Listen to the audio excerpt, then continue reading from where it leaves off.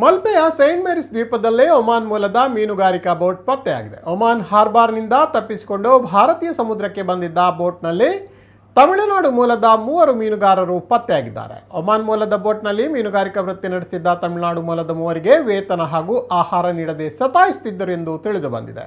Oman boat ಮಾಲೀಕ ಅವರ passport ವಶಕ್ಕೆ ಪಡೆದು ಬಳಿಕ ಬೋಟ್ ಮಾಲೀಕ ಚಿತ್ರಹಿಂಸೆ ನೀಡುತ್ತಿದ್ದ ಕಾರಣ ಪ್ರಾಣ ಭಯದಿಂದ ಒಮಾನ್ ಹಾರ್ಬರ್ನಿಂದ ತಪ್ಪಿಸಿಕೊಂಡು ಬಂದಿದ್ದರು ಎಂದು ಕರಾವಳಿ ಕಾವಲು ಪಡೆಯ ಪೊಲೀಸರು ತಿಳಿಸಿದ್ದಾರೆ.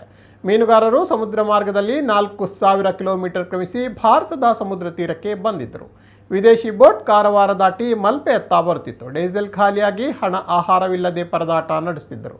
ಇದನ್ನು ಮಲ್ಪೆ ಸೈಂಟ್ ಮೇರಿಸ್ ದ್ವೀಪದಲ್ಲಿ ಸ್ಥಳೀಯ ಮೀನುಗಾರರಿಗೆ ಪತ್ತೆ ಹಚ್ಚಿ ಕರಾವಳಿ ಕಾವಲು ಪಡೆಗೆ ಮಾಹಿತಿಯನ್ನು ನೀಡಿದ್ದಾರೆ.